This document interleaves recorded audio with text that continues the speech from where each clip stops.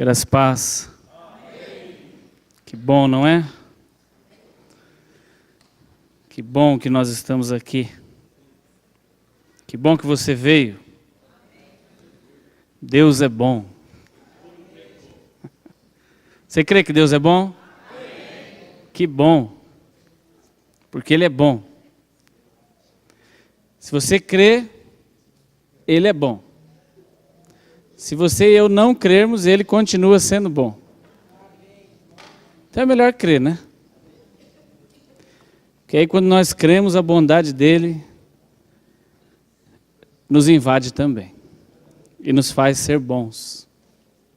Porque Ele é bom. Amém? Que bom. Eu creio.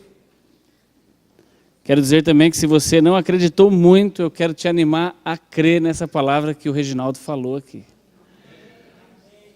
Creia, porque é pela palavra. Nós não vamos conseguir nada se não for pela palavra, irmãos. A Bíblia diz exatamente aquilo que ele estava falando. A Bíblia diz que pela fé nós entendemos que os mundos pela palavra foram criados.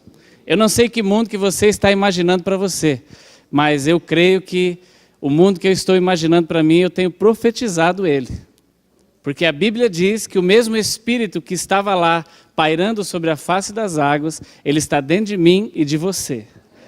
E ele está esperando com que nós lancemos uma palavra. Então lance a palavra. Não fique retendo, não fique com falta de fé. Não deixemos de acreditar, porque a palavra é para nós. A palavra foi escrita para benefício meu e seu. Nós temos aprendido aqui, o pastor Rui sempre fala isso a respeito da Bíblia ser um manual. Eu não sei se você sabe, mas o manual, ele não diz respeito a quem vai usar, mas ele diz respeito ao equipamento. Nesse caso aqui, o equipamento para o qual foi escrito o manual somos nós. Você sabe disso? O equipamento sou eu e é você. É claro que nós não somos um equipamento, mas eu estou fazendo uma analogia. Então, a palavra é para mim e para você. Vamos usar a palavra. Aquilo que nós cantamos aqui, use. Que não seja apenas uma poesia bonita. Que você e eu gostemos da música, gostemos da melodia, mas que seja para nós uma palavra viva, que sai da nossa boca. Que nós cremos no nosso coração. Amém? Porque nós somos a imagem do próprio Criador. Nós somos filhos dele. E a Bíblia diz que ele mesmo nos deu o poder de sermos chamados seus filhos. E eu creio que está na hora de nós acreditarmos que há um poder dentro de nós. E esse poder fica um pouco redundante, mas ele é poderoso. Interessante falar isso, né? É um poder poderoso mesmo. Não é o poder igual ao do Homem-Aranha, que só funciona na TV. Ou de qualquer super-herói que você conheça, e eu também na televisão. Mas é um poder que realmente acontece. Sobrenatural. Capaz de transformar a vida de um homem pecador em um homem santo. Um homem que fazia várias coisas erradas em um homem que faz várias coisas certas. Um homem que andava torto em um homem que é a imagem e semelhança de Deus e que está caminhando para ser cada vez mais perfeito, como é perfeito aquele que nos chamou. Isso é uma bênção, é milagre. E que nós possamos crer nisso, porque senão é em vão virmos aqui passar esse frio. Eu sei que você veio hoje bem agasalhado, talvez até com o pijama já por baixo. Não é? Que bom, né? Que bom que você se agasalhou. Muito bem, eu queria que você abrisse sua Bíblia para continuarmos isso que o Reginaldo já estava aqui, usado por Deus, já ministrando e falando a nós. Segunda carta aos Coríntios, capítulo 12. Glória a Deus. Eu já estava com uma palavra no meu coração e faz muito sentido dentro daquilo que já foi ministrado aqui desde o princípio.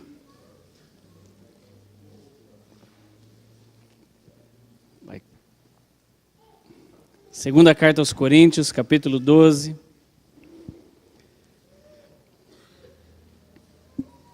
Versículo 9. Diz assim. Você achou? Novamente, segunda carta aos Coríntios, capítulo 12, versículo 9, diz assim: E disse-me, a minha graça te basta, porque o meu poder se aperfeiçoa na fraqueza. De boa vontade, pois, me gloriarei nas minhas fraquezas, para que em mim habite o poder de Cristo.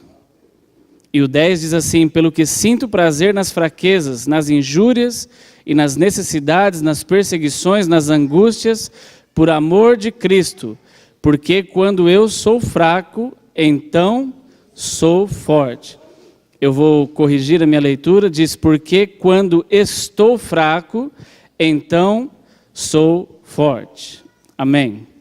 Vamos orar? Pai, nós te agradecemos, Senhor, pela Tua palavra. Te agradecemos porque desde o momento em que nós chegamos aqui, nós já estamos declarando a Tua palavra, Senhor. E nós queremos e pedimos ao Senhor que o Senhor faça com que essa palavra venha fazer vida nas nossas vidas, Pai.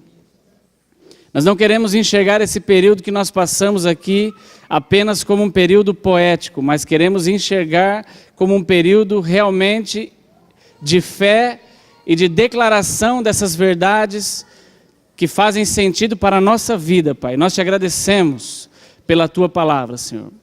Nós queremos sair daqui hoje melhores do que nós entramos, mais parecidos contigo, Senhor, em todos os aspectos da nossa vida, para a honra e para a glória do Teu nome. E nós te pedimos, fala conosco esta noite, Senhor. Continua falando conosco esta noite pela Tua palavra. Nós te agradecemos também, neste momento intercedemos pela vida do nosso pastor, da nossa pastora, que o Senhor esteja abençoando a vida deles ali onde eles estão, no Paraguai, Senhor. O Senhor já os guardou na sua ida, tem guardado enquanto eles estão ali, e nós cremos que o Senhor vai guardá-los na sua volta também. Sê com eles, aonde eles estiverem, em nome de Jesus. Amém. Amém. Que bom. Você sabe que eu vou explanar para você, para nós, rapidamente aquilo que estava acontecendo aqui com Paulo, quando ele colocou e escreveu aqui na segunda carta aos Coríntios, no capítulo 12.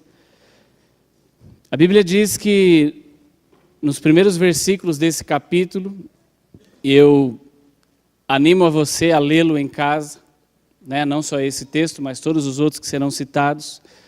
Mas a Bíblia diz, Paulo está dizendo aí no início do capítulo, que ele poderia até se gloriar por algumas coisas que aconteceram com ele.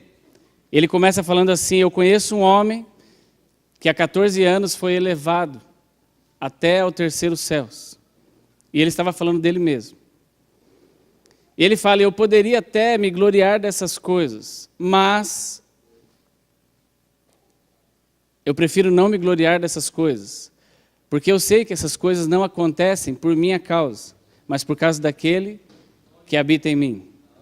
E ele falou: e para que eu nunca me esqueça disso, foi-me dado o que ele chamou aí de espinho na carne. Para que eu nunca me esqueça de que não é por minha causa, mas é por causa daquele que habita em mim, foi-me dado um espinho na carne. E eu não sei se você entende isso, mas um espinho na carne aqui, Paulo está querendo dizer que é uma situação, seja ela trazida por uma pessoa ou por uma circunstância, mas uma situação de adversidade. Uma situação que seja contrária àquilo que nós estamos caminhando.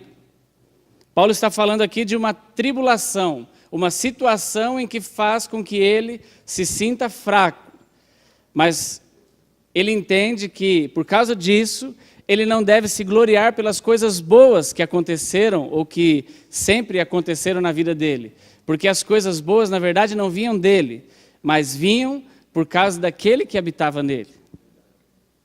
E que é o mesmo que habita em nós. Até ele chegar à conclusão de o próprio Jesus falar para ele: ei, Paulo, não fique se achando não. Essas coisas acontecem em você ou com você porque a minha graça está disponível e é dela que você faz uso. Mas fique tranquilo, porque a minha graça te basta. E o meu poder se aperfeiçoa exatamente aonde? Na sua fraqueza. O meu poder se aperfeiçoa exatamente nos momentos em que você, Paulo, entende que a situação está mais adversa, mas é aí que eu demonstro o meu poder na sua vida. E por isso que Paulo finaliza dizendo: porque quando eu estou fraco, aí eu sou forte. Porque é a graça que nos faz fortes. Que graça? A graça de Deus. Uma graça que está disponível a todos nós, e justamente para quê? Para que não seja apenas algo disponível na prateleira e que nós não lancemos mão dela. Eu tenho certeza que qualquer um de nós acharia bem estranho se você tiver a oportunidade de tomar, imagina, você é convidado para almoçar na casa de alguém, e vocês estão lá almoçando, e a comida, normalmente almoço é comida de sal, não é? Não está ainda na sobremesa, vocês estão almoçando, e ninguém lhe serviu nada para beber, e você começa, é comum que durante a refeição, principalmente comida de sal, você sinta sede, e aí você está ali com vontade de tomar alguma coisa, seja água, seja um suco, seja um refrigerante, e a pessoa não lhe oferece, e ela ainda fala para você: puxa vida, não temos nada hoje, não temos suco, tenho nada para te servir. Mas você está olhando em cima do armário que tem lá laranja, por exemplo, tem um filtro de água, tem inclusive um fardo no canto da cozinha assim de refrigerante. Você vai pensar o quê? Você fala: esse cabra é doido, né? Ou ele é mão de vaca, está regulando o suco, o refrigerante, ou que seja a água, ou sei lá o que ele está pensando. Não é estranho? Alguém que tem alguma coisa em casa e não faz uso daquilo, você não acharia estranho? Todos nós acharíamos.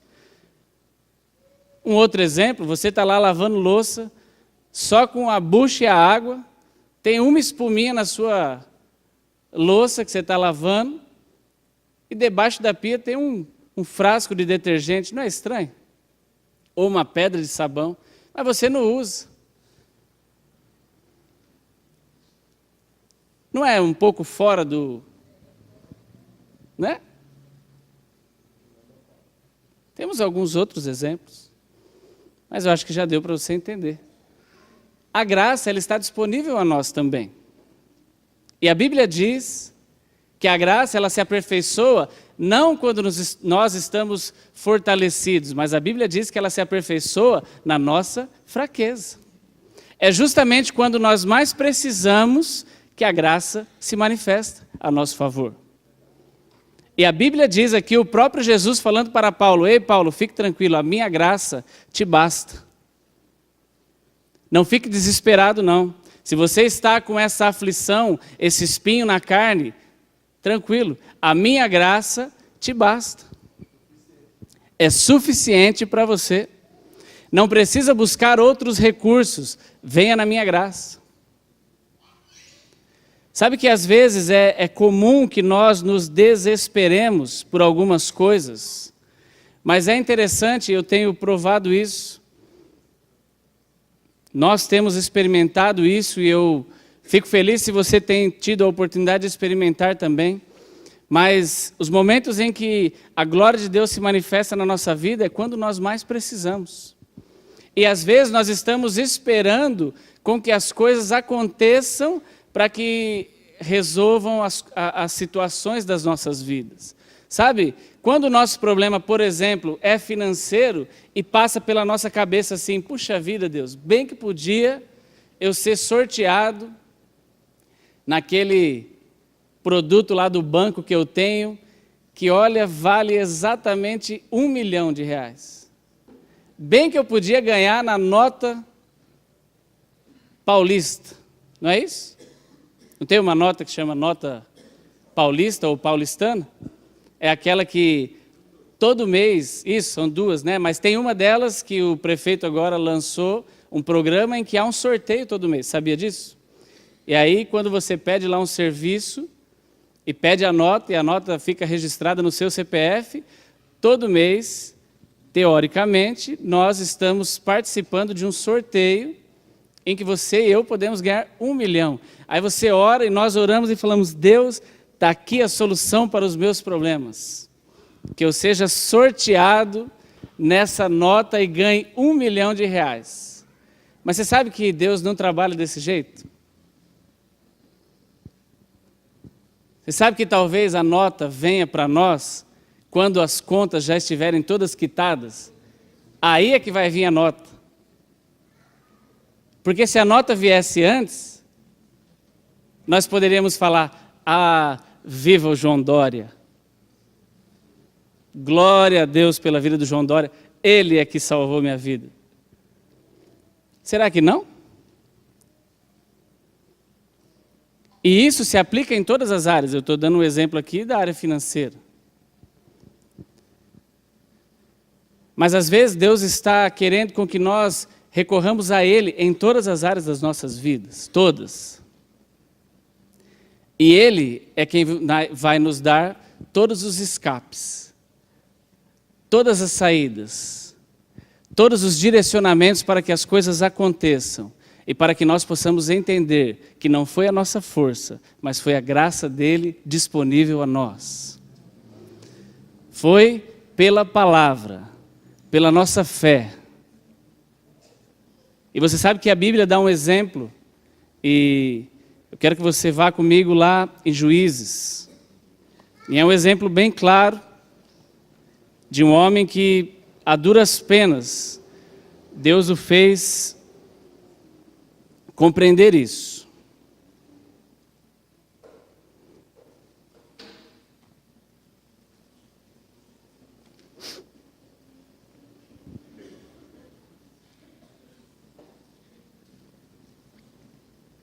Eu vou ler alguns versos para que nós possamos compreender a história e chegarmos logo à conclusão, mas eu também lhe animo a ler o texto todo na sua casa. Juízes 6,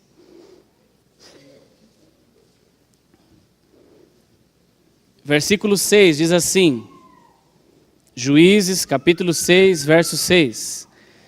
Diz assim, assim, como eu lhe disse, eu lhe animo a ler todos esses textos em casa, para que você compreenda a história toda, mas eu vou tentar fazer com que ela fique clara. Versículo 6 do capítulo 6 diz assim, Israel empobreceu muito pela presença dos midianitas. Então os filhos de Israel clamaram ao Senhor. E sucedeu, versículo 7, que clamando os filhos de Israel ao Senhor, por causa dos midianitas, enviou o Senhor um profeta aos filhos de Israel. Eu estou agora no 8, que lhes disse, assim diz o Senhor Deus de Israel, do Egito eu vos fiz subir e vos tirei da casa da servidão, e vos livrarei da mão dos egípcios, da mão dos egípcios, e da mão de todos quanto vos oprimiam. Eu os expeli de diante de vós, e vos dei a sua terra, e vos disse, eu sou o Senhor, o vosso Deus, não temais aos deuses dos amorreus, em cuja terra habitais, mas não destes ouvidos à minha voz. Isso foi o profeta falando em resposta à oração deles. Aí o verso 12 diz assim, então o anjo do Senhor lhe apareceu e disse, o Senhor é contigo, varão valoroso. Isso aqui já foi apenas para Gideão. E o 13 diz assim, mas Gideão lhe respondeu, ai, Senhor meu. Eu creio que a resposta de Gideão foi bem parecida com a nossa resposta na maioria das vezes. Olha que interessante, se for qualquer semelhança aí, você apenas considere como uma coincidência, tá bom?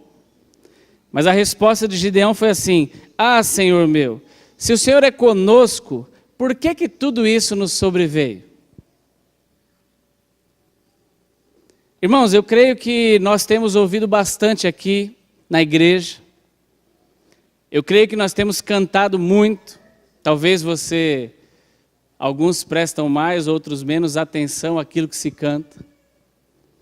Eu não sei quanto tempo você já está aqui nesse lugar, alguns estão, nós vimos recentemente, né? Alguns estão desde a sua fundação. Alguns estão antes de a fundação, não do mundo, mas da igreja. Alguns são mais recentes. Mas até os mais recentes já estão aqui há 20 anos, 10 anos. Imagina quanta palavra nós já temos ouvido, imagina quantos cânticos nós já temos cantado, imagina quantas declarações nós temos feito. Mas a impressão que se tem é que às vezes nós oramos exatamente igual Gideão. Senhor, se essa palavra que o Reginaldo ministrou aqui é verdade, por que tantas coisas estão nos acontecendo? Por que ainda eu não consigo ver tantas coisas de fato acontecendo na minha vida desse jeito que se ministra? Do jeito que eu vejo acontecendo na vida de outros irmãos. E por causa desses pensamentos, a nossa fé, esses pensamentos são inimigos da nossa fé. São pensamentos que nos fazem retroceder, andar para trás. Às vezes nós estamos vindo na igreja e ouvimos palavras que nos fazem, nos colocam para cima e nos dão um ânimo a respeito de qualquer que seja a situação, e nós entendemos claramente que Deus está falando conosco, e quando nós chegamos em casa na semana, as adversidades vêm, e aí ao invés da gente continuar com a declaração da palavra, daquilo que nós recebemos de Deus, nós oramos igual Gideão. Ah, Senhor, se o Senhor é comigo, igual o pastor ministrou lá no domingo, igual aquele ministro de louvor cantou, igual essa música que eu estou ouvindo, por que essas coisas estão acontecendo? Essa tem sido, às vezes, tomara que não, mas às vezes tem sido a nossa posição diante das adversidades. Acontece que as adversidades, elas vão vir sim, elas não vão deixar de vir. Mas a grande glória de Deus está em sairmos das adversidades pela glória de Deus. E é isso que nós precisamos entender. Nenhum de nós vai ser transformado num super-homem no meio da guerra e vamos ficar fortes demais e falar: ah, agora sim, olha o meu músculo. Não, é Ele em nós. A esperança da glória. Vamos continuar aqui a leitura. Talvez alguns outros trechos vão se assemelhar a situações nossas. O 13, mas Gideão respondeu: ai, Senhor meu, se o Senhor é conosco, por que tudo isso nos sobreveio? E que é feito de todas as suas maravilhas que os nossos pais nos contaram, dizendo: não nos fez o Senhor subir do Egito, porém agora o Senhor nos desamparou e nos deu na mão dos midianitas. Então o Senhor olhou para ele e disse: vai nesta tua força e livrarás a Israel da mão dos midianitas. Porventura não te enviei eu? Já é Deus novamente falando com Gideão.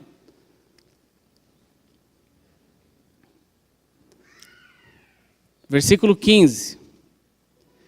E disse ele: ah, Senhor meu, de novo, com que livrarei Israel? Esse aqui é um trecho que talvez seja também bem semelhante a alguns de nós, na nossa oração. Eis que a minha família é a mais pobre em Manassés, e eu sou o menor da casa do meu pai. Senhor, como é que pode o Senhor querer me usar? Olha o meu tamanho, olha onde eu moro, olha o que eu sou, olha de onde eu vim, eu não sei nem falar, eu não estudei nada, sou um Zé Ninguém, aliás, eu sou uma minhoca. né? E às vezes nós começamos a nos depreciar. Enquanto a Bíblia diz totalmente ao contrário de nós. A Bíblia tem uma palavra totalmente oposta para mim e para você a esse respeito. O próprio profeta, sendo usado por Deus, fala: eu te escolhi, eu te ungi, chamei você pelo teu nome, e tu és meu. E nós oramos assim: Senhor, ai, a minha família, ó, como eu nasci pobre, olha, pobre de mim. Enquanto a Bíblia diz que nós temos um poder dentro de nós de termos sido chamados filhos de Deus. E nós estamos desprezando isso nas nossas orações. Desprezando quando nós não acreditamos em palavras como essa que foi lançada aqui na ministração do louvor.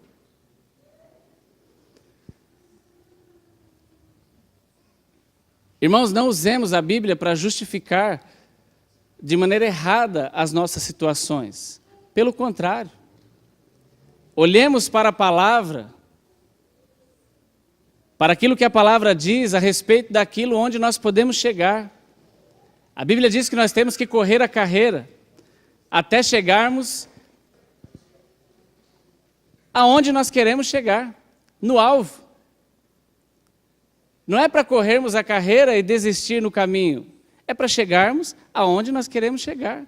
A Bíblia diz que é mais importante o fim das coisas do que o começo dela. Às vezes nós começamos muito bem as coisas, e nós falamos isso aqui outro dia, mas desistimos no caminho, o gás acaba no caminho. Quantas pessoas nós vemos que saem correndo como que para correr 100 metros, quando na verdade nós estamos em uma maratona. Saímos correndo, gastando todo o nosso gás, mas rapidinho já desistimos. Eu vou fazer, olha, eu vou agora, pastor, conte comigo, irmão, conte comigo, eu vou fazer, eu vou ajudar, eu vou trabalhar, eu vou, e se compromete tanto, e alguns domingos depois, você já não vê mais aquele irmão que ia fazer tanta coisa. Por quê? Cansou. Às vezes não estamos entendendo o que a palavra tem para nós, que são coisas maravilhosas. Depois desse versículo, Gideão então começa a acreditar naquilo que Deus tinha para ele, mas o começa a acreditar dele foi pedindo a Deus alguns sinais, e Deus foi tão bom que Deus respondeu todos os sinais que ele pediu. Ele falou: olha Deus, se é comigo mesmo que o Senhor está falando, eu vou colocar um pedacinho de pano aqui, se tudo ficar molhado e o pano seco, eu acredito. Pois ele acordou, estava tudo molhado, o pano seco. E ele, crente como era, falou assim: olha Deus, eu vou de novo, né? Desculpe aí o senhor, não fique bravo comigo não, mas eu peço agora que seja o contrário. Eu quero que fique só o paninho molhado e tudo seco. E Deus fez. Só o paninho molhado e tudo seco. Ele falou: bom, não vou pedir mais nada não, né? Deixa eu acreditar logo. E é interessante que quando Gideão de fato vai começar a exercer aquilo que ele acreditou agora, capítulo 7, versículo 2 diz assim: disse o Senhor a Gideão: muito é o povo que está contigo. Lembra que Deus falou para Gideão que ia usar ele para livrar a Israel dos midianitas. Então Gideão já tratou logo de chamar um monte de homem, né, para ir junto com ele. Mas o versículo 2 diz assim: muito é o povo que está contigo, para eu dar os midianitas em sua mão. Olha que interessante, e olha como isso está um paralelo com o texto lá de Paulo. A fim de que Israel não se glorie contra mim, dizendo: a minha mão me livrou.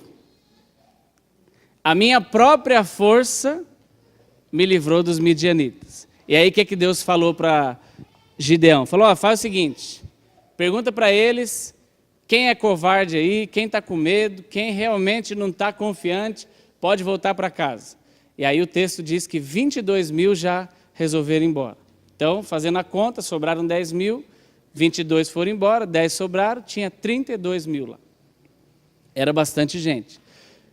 É bem melhor ir com 32 mil do que ir com 10 mil, não é? 3 vezes a menos o número de pessoas.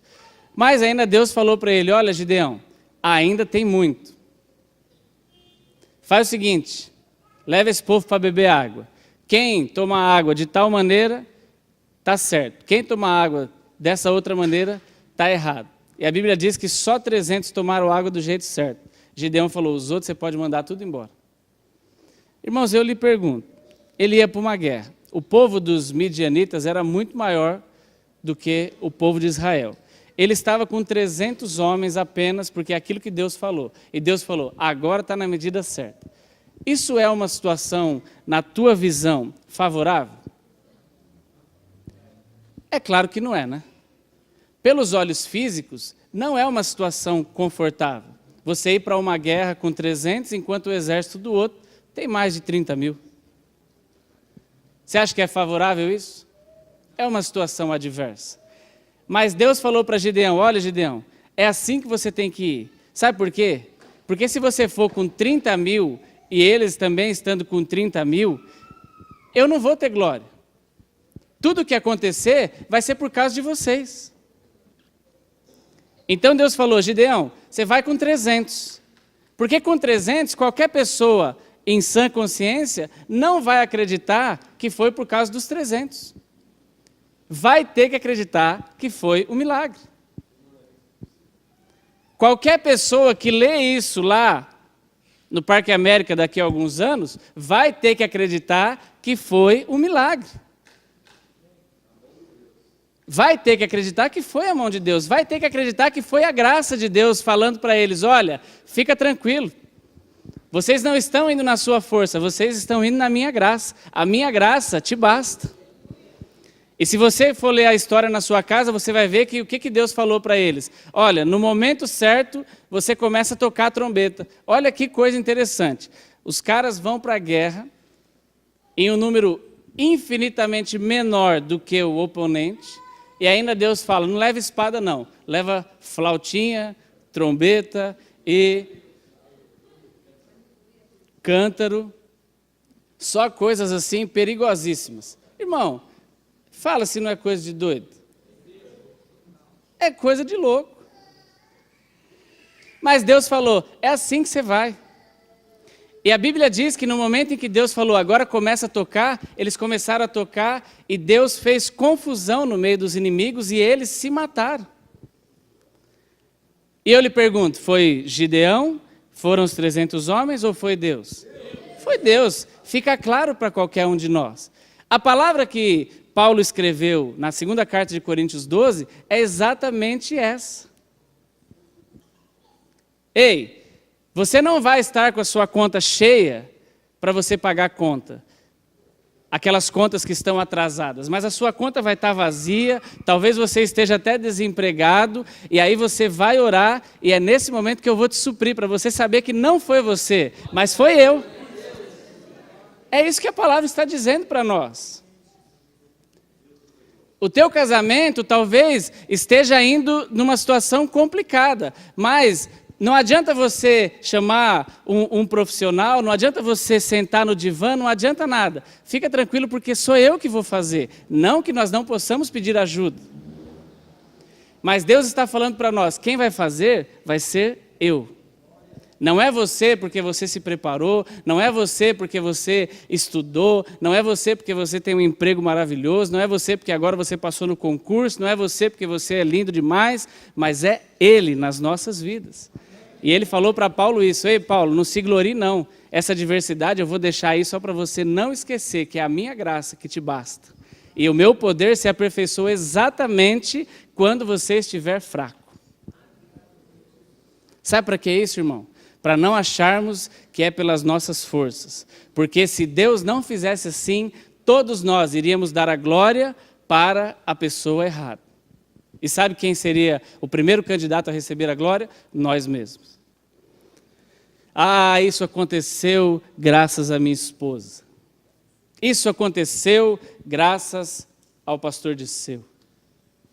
Isso aconteceu graças ao meu marido, ou graças ao meu pai, graças ao Dória, graças ao... Puxa vida, agora sim, graças ao presidente. Não, irmão. Deus quer que nós dependamos dele. Por isso que eu disse, eu creio que aquela coisa que nós estávamos orando, mas Deus, olha aqui, a provisão está ali. É exatamente, olha, eu devo 900. A nota diz que é de 1 milhão. Ainda sobra 100 para eu comprar de bala. Eita bênção. Então, está lá, a provisão está lá. Deus vai fazer você pagar os 900. E a hora que tiver tudo quitado, por causa dele, que não tiver jeito, que você vai falar, é milagre mesmo. Aí quando já estiver dando glória a Deus, aí você vai ser sorteado para ganhar 1 milhão. Aí você compra 1 milhão de bala. Ó, que bênção. Mas a vontade de Deus é que nós demos a glória a Ele. E para que serve a graça? Para que é essa graça que ele diz aqui na segunda carta de Coríntios 12? O que é a graça? A graça é a habilidade que Deus vai colocar em nós para que possamos utilizar as ferramentas que já temos à nossa disposição. Porque o que adianta a ferramenta sem habilidade? O que adiantaria, e eu conheço algumas pessoas que já passaram por isso. Você já viu alguém que tem o carro na garagem e não tem carta? Sim ou não? Você conhece alguém assim? Uma pessoa que tem o que adianta? O carro, ela tem a ferramenta, é o carro. O carro é uma ferramenta para quê? Para locomoção, transporte, né? Ou uma moto. E aí a pessoa tem uma moto na garagem ou um carro, mas ela não tem a carta. Ela tem a ferramenta, mas não tem a habilidade. Ok? Ou no mínimo ela não tem licença, talvez até saiba dirigir, mas não tem licença para. Mas existem pessoas, e por exemplo em casa nós passamos por isso, chegou um tempo em que nós tínhamos o carro, e a Nádia já tinha carta, mas ela não tinha coragem, porque lhe faltava habilidade. Chegou uma hora que ela buscou habilidade. Então olha só, você tem o carro, você tem a carta e lhe falta habilidade. É como se nós temos a ferramenta, mas nos falta conhecer como usar a ferramenta. De repente você tem uma caixa de ferramenta em casa, queimou o chuveiro, e você a irmã mora sozinha. Você não sabe para onde vai. Tem até a caixa que você montou a casa, comprou a caixa bonitinha, tem lá chave de fenda, fita isolante, tem tudo, tem alicate, está uma maravilha. Mas quando você olha para os fios, você fala, meu Deus, um é verde, um é vermelho, um ainda é de 2 cores, um é mais grosso do que o outro, você fala, não posso pôr a mão nisso. Você tem a ferramenta, mas você não tem a habilidade. Funciona? A graça é a habilidade que Deus nos dá para utilizarmos as ferramentas que Ele também nos dá. A Bíblia diz que Deus, o próprio Deus, nos deu dons. Você já leu isso? A Bíblia diz lá em Efésios que Jesus, quando subiu e desceu, Ele deu dons aos homens. Ele deu dons à igreja.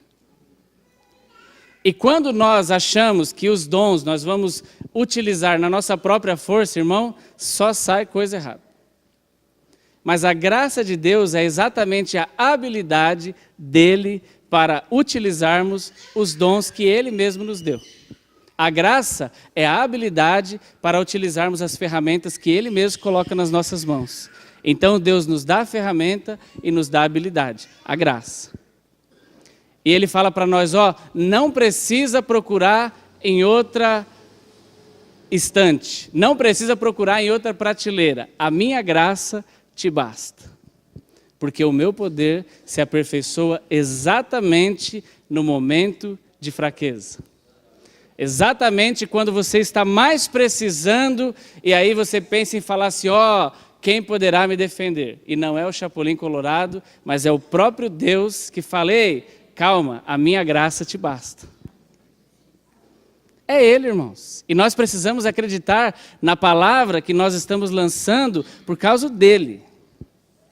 A palavra é dEle. Aliás, a palavra é Ele próprio. Ele é o verbo que se fez carne. E Ele fala para mim e para você, ei, fica calmo, a minha graça te basta. E Deus tem derramado nas nossas mãos um monte de ferramenta. E talvez nós não estamos utilizando, porque nós não estamos pedindo a Ele graça para poder utilizar. Nós não precisamos esperar estar prontos para podermos fazer as coisas. Ninguém se prepara e faz um curso para ser o melhor marido do mundo para poder se casar. Você sabia disso? Aliás, você está esperando isso? Não espere. Você fala assim, eu estou me preparando, estou fazendo um curso, eu já sou a melhor esposa, agora eu posso casar. Não, ninguém faz isso. Você casa, aí você vai aprender a ser esposa, não é assim? Você casa, e aí você vai aprender a ser marido. Ou quem daqui estudou para ser pai, foi lá, foi numa faculdade, se preparou, aprendeu tudo, falou, agora eu sou o pai perfeito, agora posso ficar grávida. Podemos engravidar, porque agora pode nascer o filho. Não, você engravida, tem o filho, aí você vai ser pai. E você vai aprender como? Sendo. Ou será que nós estamos pensando em relação ao ministério, por exemplo?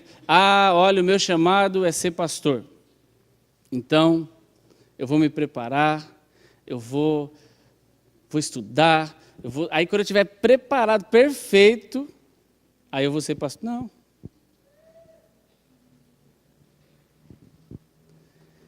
É a graça que nos faz exercer aquilo que Deus coloca em nós como dom. É a graça que lhe faz exercer aquilo que Deus coloca em você como dom. Deus está colocando-nos em algumas situações e pela graça dEle, não pela nossa habilidade, pela graça dEle é que nós vamos exercer as funções pelas quais Deus está nos destinando. Seja em que área for, seja aqui na igreja, seja em casa, seja no trabalho. Quantas vezes nós chegamos no trabalho e ficamos desesperados, Senhor, eu acabei de arrumar esse emprego, eu não sei fazer isso, mas Deus te capacita porque você entrega na mão dEle. Quantos testemunhos nós já ouvimos de pessoas que não sabiam, falam, Deus me deu essa vaga, eu nem estava preparado, mas Deus lhe dá uma habilidade extraordinária para que você creia e fala, foi realmente Deus que me deu. É isso. Essa é a vontade dEle. Amém? E você sabe que para todas as coisas que nós vamos fazer na nossa vida, nós, como filhos de Deus, precisamos entender que a graça vem dEle. A habilidade para executarmos vem dEle, não vem de nós. Não vem de nós mesmos, para que ninguém se glorie e fale, foi por minha causa. Ninguém. Quando você olha para qualquer coisa que tenha acontecido na sua vida, você tem que reconhecer, eu também, que foi um milagre de Deus. E só aconteceu porque Ele permitiu com que acontecesse. Ele lhe deu a habilidade para executar aquilo. Amém? Glória a Deus. Eu queria que você abrisse também rapidamente, eu já vou chamando aqui na frente o pastor Edivaldo e a Débora. Queria que você abrisse na primeira carta de Timóteo, capítulo 3.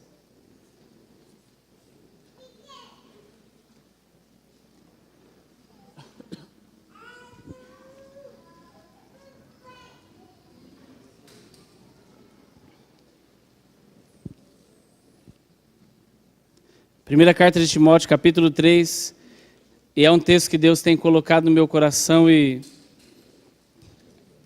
eu creio que em breve falaremos disso aqui também. Já temos ouvido bastante, não é?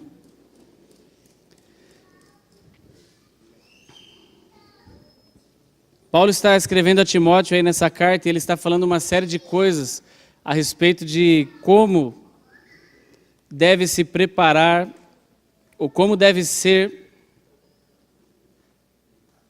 a vida e a conduta de alguém que pensa em trabalhar para Deus.